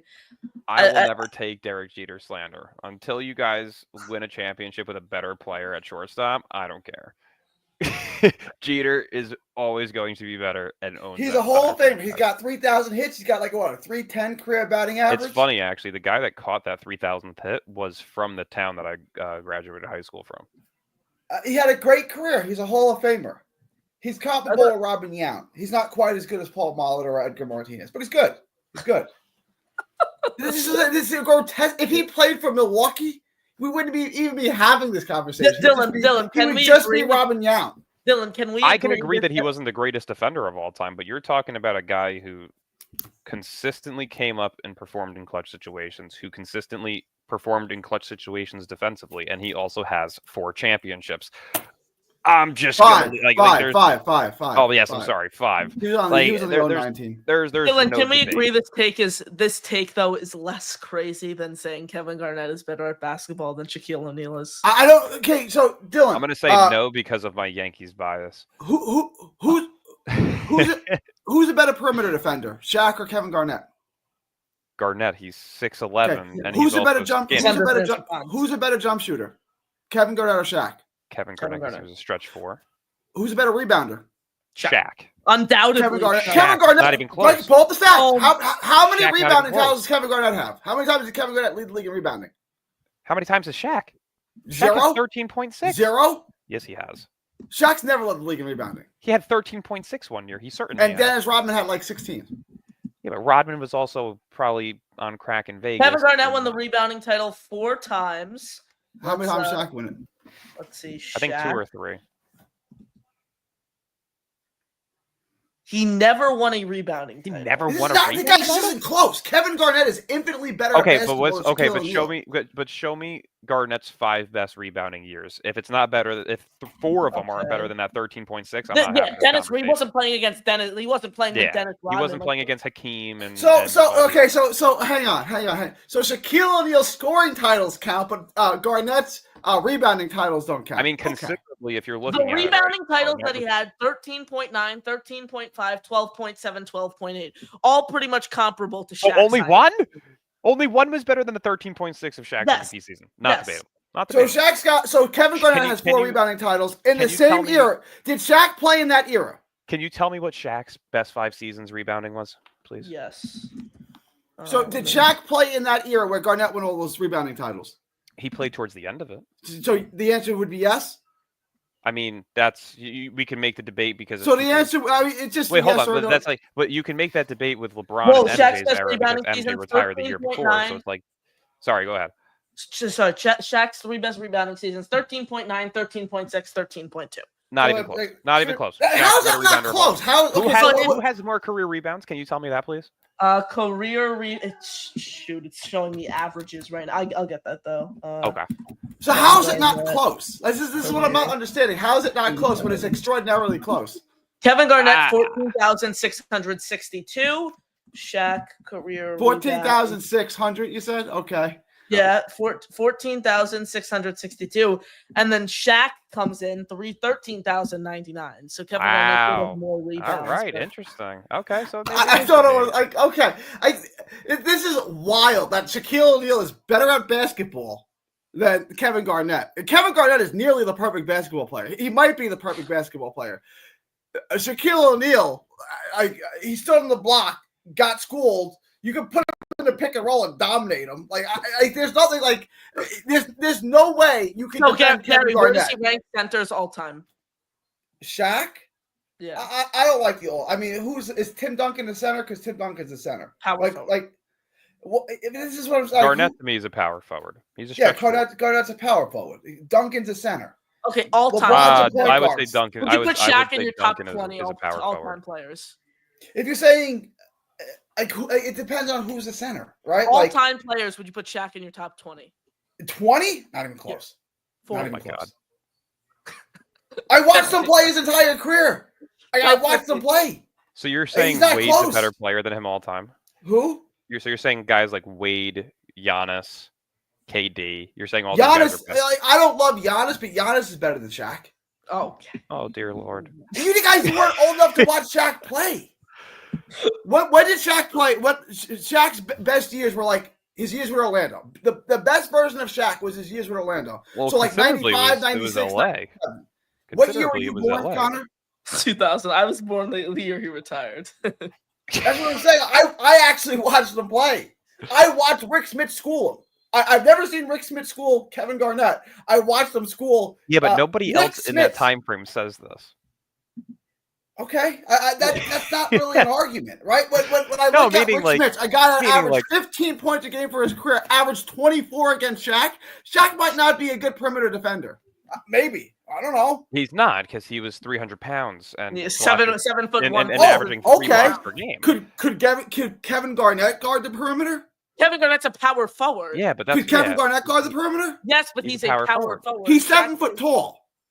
He was also like 100 pounds less. Yeah. I mean, Okay, could he guard the like, post? That's Could like saying Kevin that's Garnett like, guard the post? that's like saying Victor Wembanyama versus Joel Embiid, who Could- could guard the could- perimeter better. Could Kevin Garnett guard the post? Not as Yes. good as Shaq. He could probably guard way better than Shaq. Like, Oh, go ask God. Hakeem Olajuwon how good Shaq guarded the post. If he's the most dominant player ever, how come he got dominated by every great player in his era? Who knows? Hey, but nothing like a Shaq, Joel Embiid, the Kevin Garnett debate. What does Shaq do better than Embiid? Like, He's a more efficient rebounder, averages more points per game. Yes. no, but what does he do better? What does he do better? He doesn't than- cry his way to MVPs. I just did he not? Because he still cries at He Steve. doesn't. He doesn't go to Steve change. Nash winning the MVP that year was the most ridiculous thing That was ever. blasphemy. Correct. That was I ridiculous. just But listened to Shaq the- still cries about it. All right, but he didn't still cry his cries way about to it. an MVP. So when you cried say he's a better after. scorer than Embiid, Embiid averaged more points per minute than Wilt Chamberlain did the year Wilt Chamberlain averaged 50 points a game. So how is Shaq better than that? I'm still not How are buying you that he doesn't have. comparing Joel Embiid in 2023 to Wilt Chamberlain? I asked that the long question. ago? I asked the question. So Sorry, you made a statement. Chamberlain averaged 50 points a game this season, right? Yes. Embiid averaged more points per minute than Wilt did that year. And you're saying Shaq is a better scorer than both those guys? I need to hear the explanation on that one. Well, during the era, Shaq would have been like Shaq was more efficient in his era, for example, compared to Embiid was in this era. I think. Okay, Shaq how are you measuring Shaq- efficiency? Shaq, Shaq left a greater. See, I'm going beyond stats here. I'm looking on the impact on the game. Shaq left. I'm asking about what they do on a basketball court. I'm asking about what they do on a basketball court. All right, if we're going prime for prime, Shaquille O'Neal still is one of the greatest players of all time. He has the scoring, he has the rebounding, he has the blocks per game, he has the championships. Okay, sure. I don't care if he did it with Kobe or not. He still has it. That's still like a top option. So where do you want to put him on the list? Right? Like I said, I put him in my top 8. He's a top 8 player of all time. He's better than Hakeem Olajuwon. You have him Olajuwon. as your number 1 center. I think used to make the debate very much so, and I'm also a bit younger, so I never saw Hakeem play. But I've had many people say Hakeem's better. So Hakeem is infinitely better. Hakeem Olajuwon to me is like the third or fourth best player I'd ever seen in my life. So so let's put it this way: Shaq's in my top 10. Hakeem's in there as well. That would be my 9. Like he would be in my top 9. I don't know who I would make as the 10th player, but. What did I say before? What was it? LeBron, Jordan, MJ, Magic, Shaq. Not in order. Steph. BC. Bird, how many Tim times has Duncan, Shaq swept in the playoffs? Like 8? Like Shaq got swept more than anybody. Like he got swept by Karl Malone. Well, Jordan also didn't make it out of the first round until he got Gary. Scottie Pippen, and we still have people saying that Jordan was better than LeBron. Because he played with Kobe, and then you're saying he's the one who got Jordan swept. isn't better than LeBron because they played in different eras. Like I hate that comparison. So who do you think's better there, Jordan or LeBron? If you Kobe. like Jordan or LeBron? Stop it, Kobe. Kevin Durant. Kobe. Who was asked that question? I don't think Jordan is better than LeBron because they played in different eras. I don't think LeBron's better than Jordan because they played in different eras. Right? No, they didn't. Though. That's the thing. Hold on, how could you compare Shaq to Joel Embiid then? Oh no, hold on, because you can make what's the the comparison question, to LeBron and MJ. Hold on. You can make the comparison to LeBron and MJ because MJ retired from the league. LeBron got drafted in. He played in the same era. The best version of LeBron was what? Let's say 2013 to 2017. It was from 2003 until 2020, because the man stepped into the league and was incredible. What's the best league averaging 20 plus points? What's the best version of LeBron? What's the best version of LeBron? Like Miami and his return to Cleveland, right? Like that's the best version of LeBron. Miami 4-year span, Cleveland 3-year span. I would agree. I would say Lakers 1 year as well. I already thought he was all right. Maybe okay, but so that version of that version of LeBron. So 2013 to 2020 or 2012 to 2020 against Jordan from 88 to 90. When did he retire? 93. Who?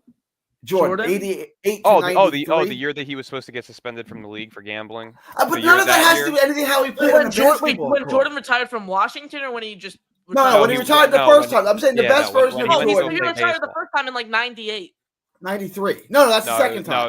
No, it was what were the years? It was 90, 91, 92 he won championships. 93 he was suspended. 93 is when they beat the 93 he was suspended. Then he did the baseball thing. Then he came back, played 3-4 more years in Chicago. Then took all those years off and closed out his career in Washington, which I think. So the best version of Jordan was 88 to 93. So you want to compare Jordan from 88 to 93 to Bron in 2012. You see what I'm saying? There's a 15-year gap. I mean, I think LeBron. Also, then how are you comparing Shaq to Embiid then? Because I was asked the Connor question. does make a point there. I was asked the question: who would I rather have? Well, you were asked the question as well. Who's the better player, Michael? That's Jordan, a different question. Neither one is better. Who would I rather have? Who would you rather have, Michael Jordan or LeBron James? If you're telling me fate of the thank you. Okay, thank you. I'm so glad we don't have to have that debate. But that's not who's greater. Like the question is who's greater. Like Jesse Owens is the greatest track star of all time because he won the most. If you put him on the Olympic team now, everybody smokes him. He's still the greatest. But let's break it down this way. Who is the greatest player to ever touch a basketball skill-wise? Kobe Bryant. Oh my God. For skill-wise, who's got more skills than Kobe? LeBron James. Yeah, thank you. Who's got more LeBron skills? James. Oh, LeBron absolutely. James. The man's In a game of one-on-one, I give LeBron 10. Kobe still beats him. He doesn't do anything to him. LeBron stops him once. Kobe's not stopping him once. Kobe's not. Kobe at 6'5" is not stopping 6'8" freight train LeBron the James. highlights are all over the place. Kobe stops him all the time. He stopped him in an All-Star game. Congratulations. He stops him all the time. Sorry, Connor. I know I said I was going to keep it PG, but my God, he stopped him once in an All-Star game. The four best players I've seen with my own eyes, in no particular order: Michael, Hakeem, LeBron, Steph. Those are the 4 best guys I've seen with my own eyes. Would you put Steph? So Kobe's not even on the list. Wait, did I not say Kobe? You didn't even say Kobe. You said Steph. No, Kobe. Didn't he say so Kobe, Dream. Wait, no, he didn't. Wait, you said no. Hakeem? He said Bron, MJ, Hakeem, and Steph. LeBron, oh, well, then Kobe's got to be in that list too. Then Kobe. No, he can't. You said he wasn't. Well, I can change my list. This is not. No, Ten Commandments. I know. I got you. I can change my list. Kobe's on that list. So those are the top 5. You can just throw them in any order you want. Like so you think Steph's better than Magic? You think Steph's better than Magic? I would have replaced. I only saw Magic was the very, very beginning. Magic was great, right? But that was I wasn't really astute enough to have observed the best of Magic.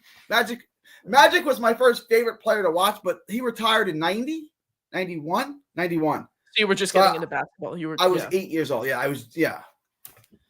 That version of Magic, I guess I would take Steph, but starting from the 90s on, those are the best players. Those are the top 5 players I've seen.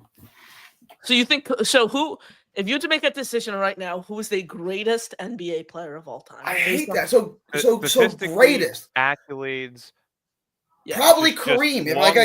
Who's the greatest? Probably Kareem. But I'm not even old enough to see him, right? So, I don't like the question. Like, if you look at what Kareem did as a basketball player from college to the end of his NBA career, it's pretty freaking amazing. Like, he won 3 national championships at UCLA in 3 years. Then he was the best player in the NBA from day one till he was 40 years old. Like, I don't know, Kareem? There's best Who players made the biggest impact on the game of basketball? Michael was the best player of Michael's era, and Kobe was the best player of LeBron's era. Who made the longest lasting impact on the sport? You did not just say that. Stop. I just said that. Yeah, I just said that. Oh my God, it's not even close. It's not even close. If Kobe had one more ring, I would debate you that he's better than Jordan. Because he doesn't, I don't even put him in my top 4. They are the same exact player, and LeBron is levels ahead of Jordan. Yeah, your list, your guys' list means more because you actually saw these guys play. I go more off of highlights, hype, and kind of what the media says compared to those who actually saw him play. So your takes are far more valuable. Kareem was the best player of Kareem's era. Michael was the best player of Michael's era, and Kobe was the best player of LeBron's era. Absurd statement.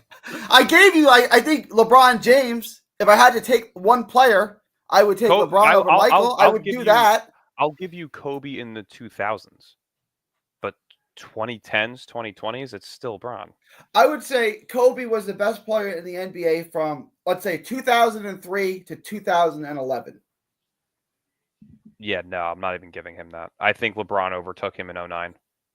Whatever year LeBron single-handedly... What year did he go to Miami? Oh, I think 11 or 12. Yeah, 12. Okay, so that first year, Kobe was still the best player in the NBA. And whatever year LeBron single-handedly brought that dog shit Cavs team to the finals the first time. What was that, 18, 19? No. I'm talking about the first time when he got drafted. So 15, 16, something like that. No. The first time when he was drafted by the Cavs, and then before he left for Miami, he made the finals with what was it? Agauskas and Mo Williams as his best players. And then he did it with J.R. Smith a decade later. Yeah. That was the moment he surpassed Kobe. Without a doubt, not even questionable. So whatever year that was, that's when Kobe's reign as best player in the league ended. And LeBron's been a better player in the league for a longer time than Kobe. It's always going to be LeBron's era. He's owned. Yeah, but what I'm saying is, this is like when people say Floyd's the best fighter of all time. Okay. Floyd and Roy Jones Jr. were in their prime for many years at the same time. No one ever asked, is Floyd better than Roy? Of course he's not. No one even ever wondered that, right? So Kobe and LeBron were both at their peak at the same time. No one ever asked if LeBron was better than Kobe. Of course he wasn't. I want You're to figure comparing out. two different I'm sports, trying to though. figure out what year. 08, 09, 2010? Whatever year it was, he surpassed Kobe. He owned surpassed Kobe his second LeBron's year. owned 2 decades. He just has. I can break this down very easily. You can make a case that What? kind of similar to Tom Brady. Like you can make a case that LeBron has had a 12 to 15. No. Here, Kobe is Brady. LeBron is Peyton Manning. LeBron made the finals in 07. LeBron would actually be more like Peyton. LeBron would be more like Brady, actually, Gary. No, because like how Brady had a 20-year prime. You can make a case that LeBron James had a 12 to 15-year prime. Can we talk about this for a second? LeBron made the NBA Finals in his 4th year, in 07. What year did Kobe win his first title? Who cares? It's your argument, bro. No, I know. I'm kidding. It was his 4th year, wasn't it? I think. When was Kobe drafted? 96. 96. The famous draft. So his first finals was 01. No, 2000. Wasn't it against? It was 99, 2000. 2000, 2001. So he played Philly in 2000 and then New Jersey in 01. 01. No, wait. Hang on. Indiana was 2000. Philly was 01, and the Nets were 02. So the Nets were 02 and 03. Yeah, the Nets lost in 02 and 03. Okay. So we're still trying to figure out when Kobe's first. Connor, can you confirm this for me while I look up more LeBron debate? What was they were both in their 4th year first year. Yeah. Let's see. Bron. Wait, what was the question, Dylan? When did Kobe make his first NBA Finals? All right, perfect. Which also, not to mention, it was piggybacked by Shaq's MVP season. But there we go. We'll let that go. First NBA Finals in 2000. Okay, so it was year 4 as well. Okay. Yeah. And Kobe won his. How did Bron do? Did he get swept? Can you name me his second option? By the way, Kobe was the second option. Look at Ilgauskas was the second option. Look. Yeah, thank you. Okay, so Jason Kidd took a team that Kenyon Martin was their second option. Well, he wasn't to the NBA Finals pick, 2 years in a row. He wasn't an all-star and a number 1 pick. So was Ilgauskas. Ilgauskas was an all-star too. But he wasn't a number 1 pick. Anthony Bennett was a number 1 pick. I was going to say, and Ilgauskas also wasn't an all-star until LeBron. LeBron made him and Mo Williams all-stars. And Kenyon Martin wasn't an all-star until Jason Kidd, obviously. Yeah. Yes, but he was also still a number 1 pick. No, I'm sorry, but if you're talking about whose first finals appearance was more impressive, you're telling me Kobe as a second option was more impressive. That wasn't. See, now you've changed the question. You've changed. No, but I'm asking you genuinely. What LeBron they both made the finals in year 4, right? We got that out of the way. That's incredible. But you're talking about LeBron as a number 1 option.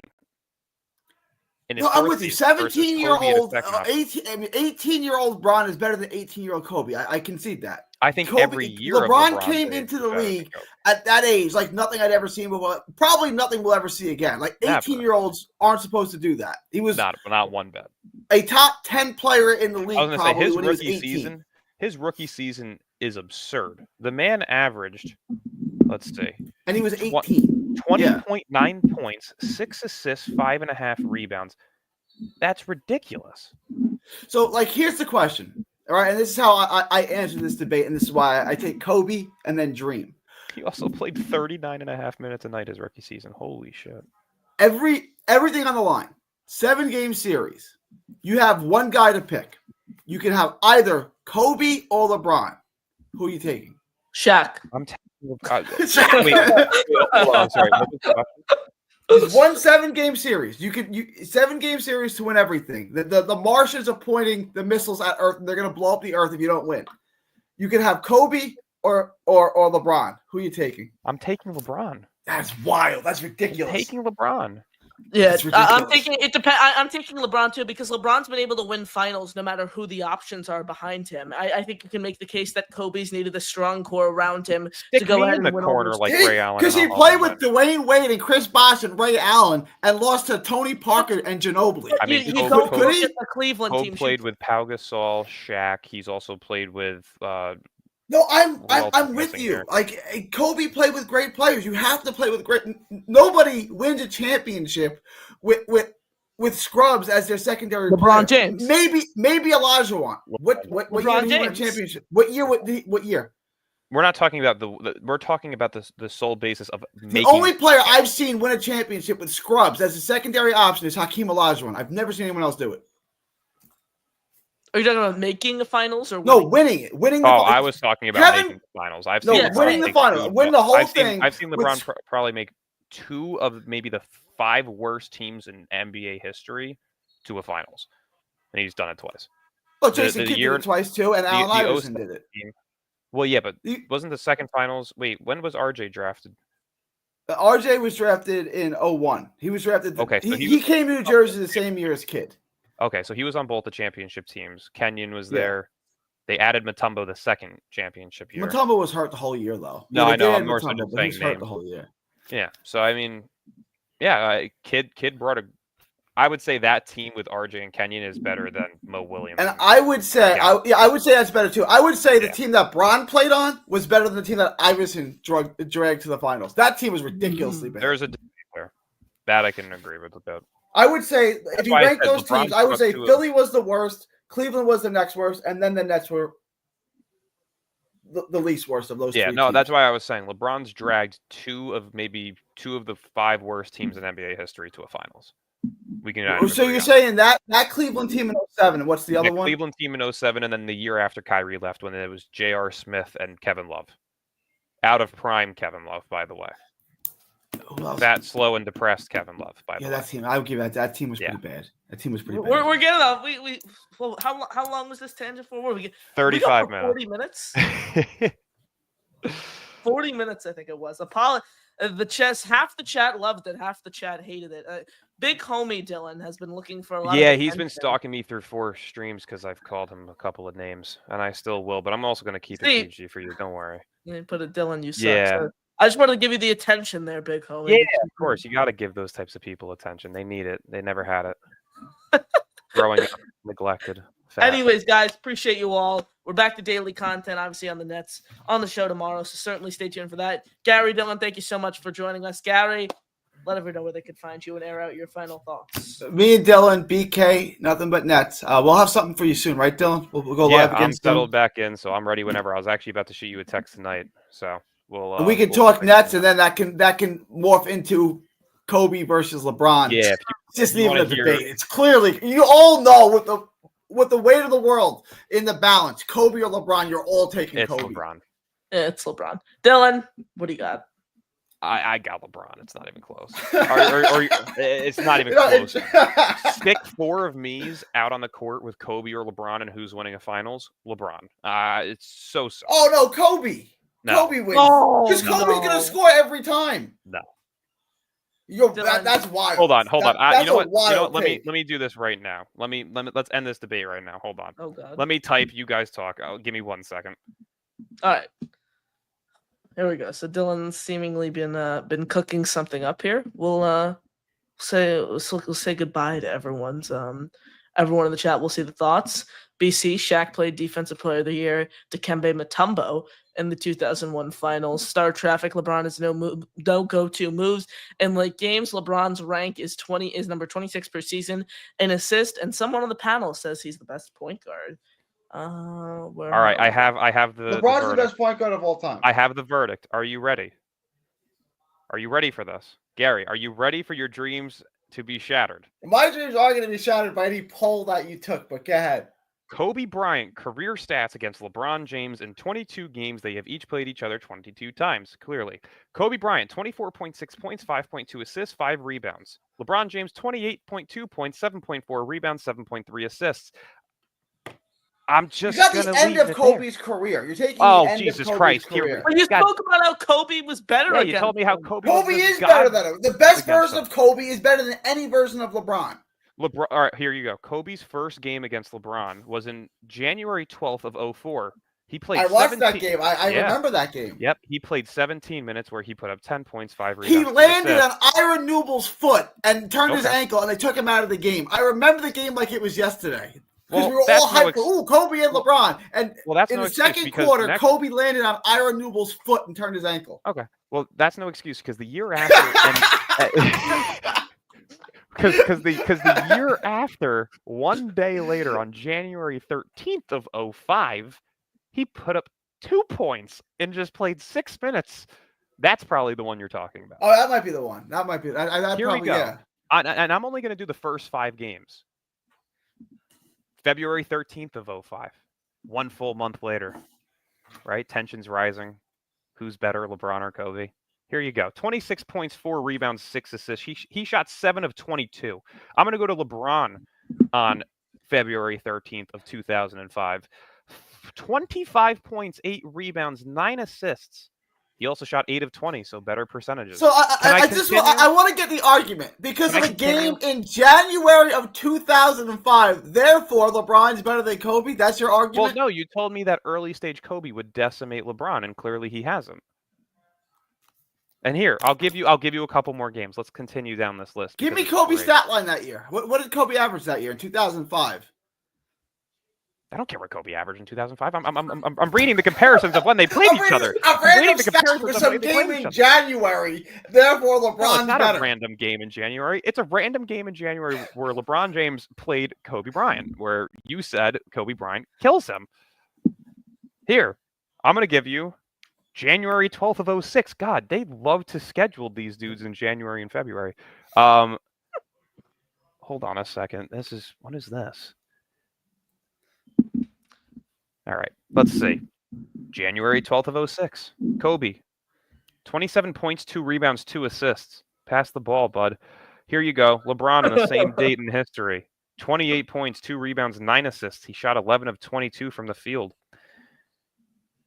They finally played in a date outside of January or February, but don't let that fool you because the next 2 games after this one were played in February.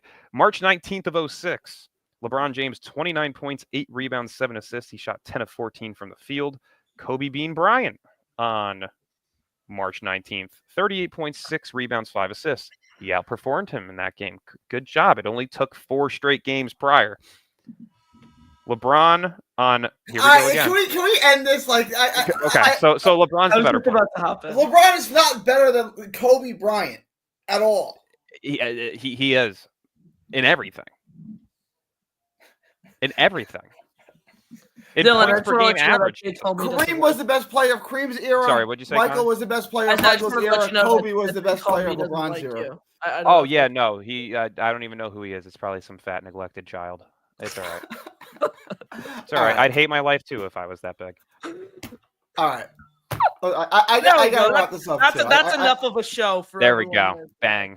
Hour 47 minutes. Appreciate you all. Sub to Dylan at Nets Press on Instagram. Sub to Dylan and Gary. They do great work on their podcast. Obviously streaming over there as well. The BK Nothin But Nets podcast. Subscribe to the Brooklyn Boys Show. Fun guests coming up this week. Scoop Robinson, Keith McPherson, Fred Katz of The Athletic joins us next week.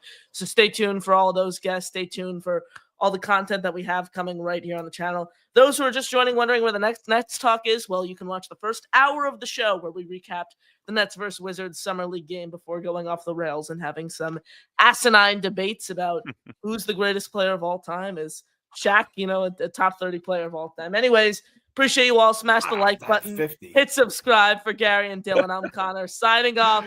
Have a great night, everyone. And as always, go Nets. Later, everyone. Peace.